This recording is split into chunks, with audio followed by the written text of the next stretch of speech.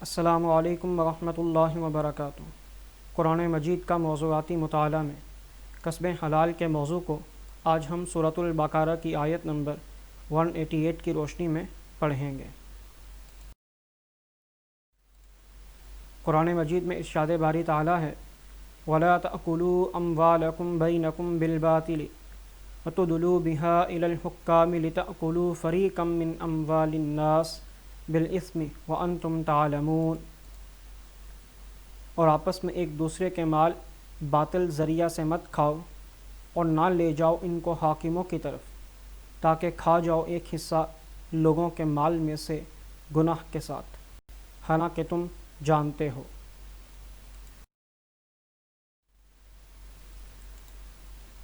سورۃ البقرہ کی آیت نمبر 188 کے مطالعہ سے درج ذیل باتیں سامنے آتی ہیں۔ ایک ناجائز طریقہ سے ایک دوسرے کا مال کھانے کی ممانعت کی گئی ہے۔ چند ناجائز ذرائع: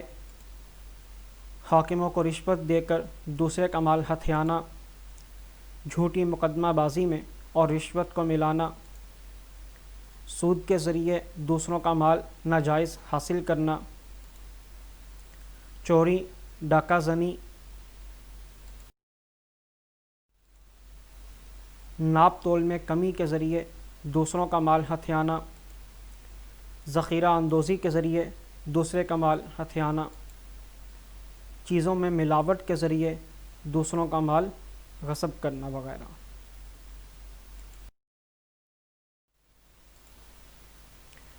سب سے پہلے باطل طریقہ سے ایک دوسرے کا مال کھانے کی ممانعت کو دیکھیں گے۔ آپس کے مال باطل اور ناجائز طریقوں سے کھانے کی ممانعت جیسے سود، جوا، غصب، چوری، دھوکہ دہی، فریب اور رشوت وغیرہ کے ذریعے کے لفظ باطل کا عموم ان سب ہی صورتوں کا شامل ہے۔ حرام مال کے لیے باطل کا لفظ استعمال فرما کر واضح کر دیا گیا کہ ناجائز طریقے سے کمایا ہوا مال بے شک وہ عرف عام میں حلال کی فہرست میں شامل کیوں نہ ہو، غلط ذرائع سے حاصل ہونے کی وجہ سے حرام ہو جاتا ہے۔ عرف عام میں حلال سے مراد یہ ہے کہ معاشرہ اس حد تک گر چکا ہو کہ وہ حرام کو حلال سمجھ رہا ہو یا کسی ناجائز کو وہ ناجائز سمجھتا ہی نہ ہو، مطلب وہ اس حد تک وہ ان کے اندر چیز رچ بس چکی ہو کہ وہ کسی گناہ کو گناہ نہ سمجھتے ہوں یا کسی حرام اور ناجائز ذریعہ آمدنی کو ناجائز ذریعہ آمدنی سمجھتے ہی نہ ہوں، یہ معاشرے کے اندر یہ روش وہ جاری ہو چکی ہوں۔ اس آیت مبارکہ کے اندر دوسروں کے مالوں کو اپنا مال فرمایا گیا ہے اور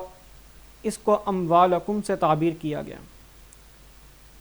مختصر یہ ہے کہ جذبہ اخوت کو بیدار کرنے کے لیے آپس کے مال کی اصطلاح فرمائی گئی ہے تاکہ باہمی ہمدردی کا احساس ایک دوسرے کا مال ہڑپ اور ضبط کرنے سے لوگوں کو روک سکیں، اور اس کے ساتھ ہی اس طریقے کی نفی کی گئی ہے جس کے ذریعے مقدمہ باز اور حرام خور دوسرے کے مال کو اپنے لیے جائز سمجھتے ہیں۔ اس میں ایک حکمت یہ ہے، ایک تو یہ کہ اس کے لیے پوری امت تکافل اجتماعی کے اعتبار سے ایک جسم اور ایک شخص کی حیثیت رکھتی ہے، اور دوسرے اس لیے کہ دوسروں کے مال کا احترام دراصل خود اپنے مال کا احترام ہے، اور ان کا ضیاع کرنا در حقیقت اپنے ہی مال کا ضیاع کرنا ہے۔ بہرکیف اللہ تعالیٰ کے اس ارشاد ربانی سے دوسروں کے اموال ناجائز طریقوں سے ہڑپ کرنے کی تمام صورتوں کی ممانعت کر دی گئی ہے، اور لفظ باطل عمومی طور پر سب صورتوں کا شامل ہے۔ مختصر یہ کہ دوسرے کسی کا مال اس کی رضامندی کے بغیر اٹھانا ناجائز ہے، سو دین حنیف نے دوسروں کے جان و مال کی حفاظت کی خاص طور پر تاکید فرمائی ہے، جیسا کہ حضور اقدس صلی اللہ علیہ وسلم کا ارشاد ہے کل المسلم علی المسلم حرام دمہ ومالہ وعرضہ۔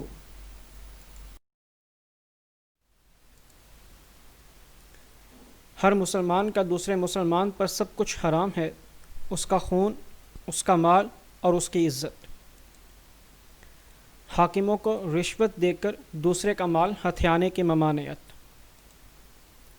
اگرچہ باطل طریقوں میں یہ بات بھی شامل ہے، لیکن ایک خاص واقعہ کی بنا پر آیت مبارکہ میں اس بات کو الگ سے بھی بیان کیا گیا، اور اس میں یہ حکمت بھی ہے کہ بعض اوقات لوگ یہ سمجھنا شروع ہو جاتے ہیں کہ حاکم نے چونکہ ہمارے حق میں فیصلہ کر دیا اس لیے اب یہ چیز ہمارے لیے جائز ہو گئی، تو اس غلط فہمی کو بھی اس آیت مبارکہ میں دور کر دیا گیا ہے۔ علماء نے اس چیز کو شان نزول میں بھی ذکر کیا ہے کہ ایک صحابی ربیعہ بن عبدان حضرمی رضی اللہ تعالیٰ عنہ نے حضرت صلی اللہ علیہ وسلم کی خدمت میں حاضر ہو کر ایک دوسرے صحابی امراء القیس پر ایک زمین کے متعلق یہ دعویٰ کیا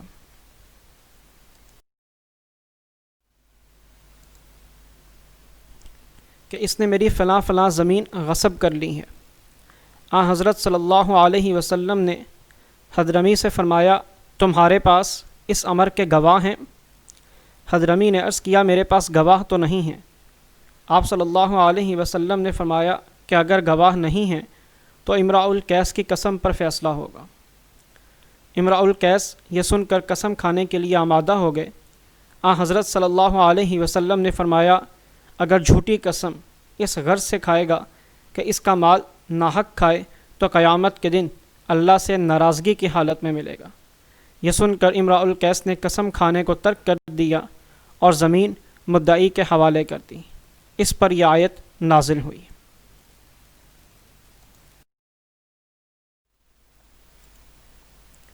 رشوت دے کر یا جھوٹی گواہی سے فیصلہ اپنے حق میں کروانا۔ ایک صورت یہ ہے کہ کسی کے مال پر دعویٰ کیا کہ یہ میرا ہے اور رشوت دے کر اپنے حق میں فیصلہ کروا لیا، مطلب کہ حاکم کو رشوت دے کر اپنے ساتھ ملا لیا اور پھر اپنے حق میں فیصلہ کرا لیا۔ اور دوسری صورت یہ ہے کہ جھوٹی تحریر لکھ کر یا جھوٹے گواہ بنا کر حاکم کے ہاں پیش کر کے کسی غیر کے مال اور جائیداد کے بارے میں اپنے حق میں فیصلہ کروا لیا، کیونکہ حاکم نے جب فیصلہ دینا ہے تو اس نے گواہوں کی بنیاد پر دینا، اور اگر گواہ جو ہے وہ جھوٹے آ گئے اور انہوں نے گواہی ناجائز دے دی تو حاکم اس کے مطابق فیصلہ کر دے گا۔ اس لیے اس بات سے بھی منع فرمایا گیا قرآن مجید کے اندر کہ اپنا مال حاکموں کے پاس اس مقصد کے لیے لے جاؤ کہ ان کے سے اپنے حق میں فیصلہ کروا سکو،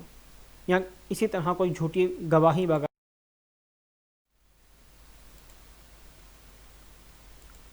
یہاں پر یہ بات بھی ذہن نشین کر لینی چاہیے کہ حاکم کے فیصلہ کر دینے سے کسی کا مال حلال نہیں ہو جاتا۔ اس آیت مبارکہ سے یہ بات واضح ہو جاتی ہے کہ حاکم کے فیصلہ کر دینے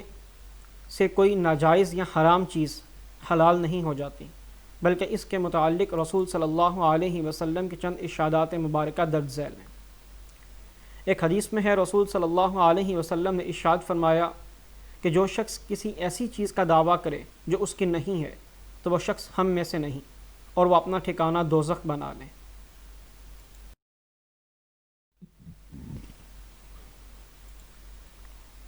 اور ایک حدیث میں ہے رسول صلی اللہ علیہ وسلم نے ارشاد فرمایا جس شخص نے جھوٹی قسم کھائی جس کے ذریعے کسی مسلمان کا مال اپنے حق میں کر لینا چاہتا ہے تو قیامت کے دن اللہ تعالیٰ سے اس حال میں ملاقات کرے گا کہ اللہ تعالیٰ اس پر غصہ ہوگا۔ اور اسی طرح ایک اور روایت حضرت ام سلمہ سے ہے کہ رسول صلی اللہ علیہ وسلم نے ارشاد فرمایا میں انسان ہی ہوں اور تم میرے پاس جھگڑے لے کر آتے ہو، اور ممکن ہے تم میں سے ایک آدمی دوسرے کے مقابلہ میں اپنی حجت کو بڑھ چڑھ کر بیان کر دے اور میں اس کے مطابق فیصلہ کر دوں جو کچھ میں نے اس سے سنا، اور یہ فیصلہ حقیقت میں غلط ہو، سو جس کے لیے میں نے اس کے بھائی کے مال میں سے کسی چیز کا کوئی فیصلہ کر دیا تو اسے ہرگز نہ لے، کیونکہ میں اس کے لیے آگ کا ایک ٹکڑا کاٹ کر دے رہا ہوں۔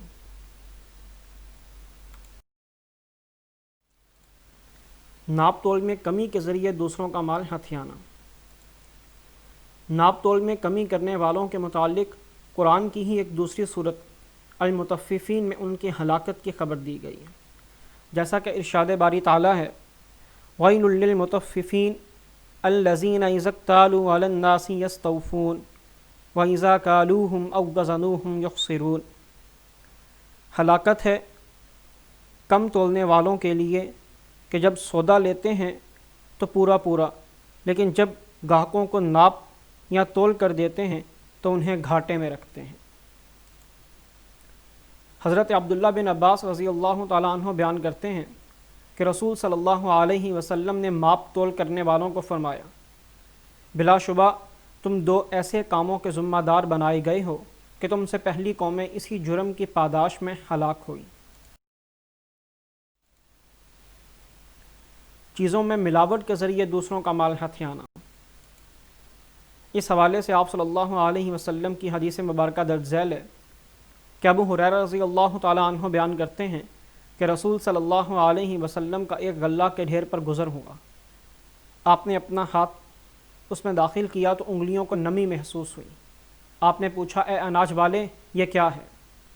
وہ کہنے لگا، یا رسول اللہ، اس پر بارش ہوئی تھی۔ آپ صلی اللہ علیہ وسلم نے فرمایا، تو نے اس نمدار غلے کو ڈھیر کے اوپر کیوں نہ رکھا تاکہ لوگ اسے دیکھ سکتے؟ پھر فرمایا، جس نے دھوکہ دیا اس کا مجھ سے کوئی تعلق نہیں۔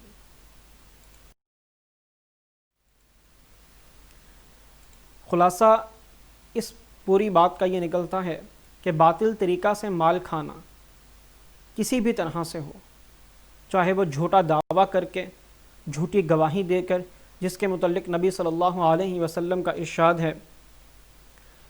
کہ حضرت ابو امامہ رضی اللہ تعالیٰ عنہ بیان کرتے ہیں کہ رسول صلی اللہ علیہ وسلم نے ارشاد فرمایا، جو شخص قسم کھا کر کسی کا مال لیتا ہے یا اس کا حق مارتا ہے تو اللہ تعالیٰ اس کے لیے دوزخ واجب کر دیتا ہے اور جنت اس پر حرام کر دیتا ہے۔ کسی نے آپ صلی اللہ علیہ وسلم سے پوچھا، اگرچہ یہ حق تلفی معمولی قسم کی ہو، آپ صلی اللہ علیہ وسلم نے فرمایا، اگرچہ وہ پیلوں کے درخت کی شاخ ہی کیوں نہ ہو۔ مطلب اتنی سی بات بھی جو ہے وہ اللہ تعالیٰ کے ہاں حقوق العباد کے معاملے میں قابل معافی نہیں۔ پھر اسی طرح کسی کا حق بات کا انکار کر کے اس پر قسم کھا لینا، کسی کا مال غصب کر لینا، لوٹ لینا، چرا لینا، خیانت کرنا، جوئے سے کسی کا مال لے لینا، رشوت اور بیع فاسدہ، معاملات فاسدہ، زنا کی اجرت، گانے کی اجرت اور کاہن کو کچھ دینا وغیرہ، علماء نے یہ تمام کے تمام امور جو ہیں وہ باطل میں داخل فرمائے ہیں۔ اللہ تعالیٰ سے دعا ہے اللہ تعالیٰ ہمیں رزق حلال حاصل کرنے کی توفیق عطا فرمائے اور رزق حلال کو ہمارے لیے آسان کر دے اور رزق حرام سے ہمیں محفوظ فرمائے۔ آمین۔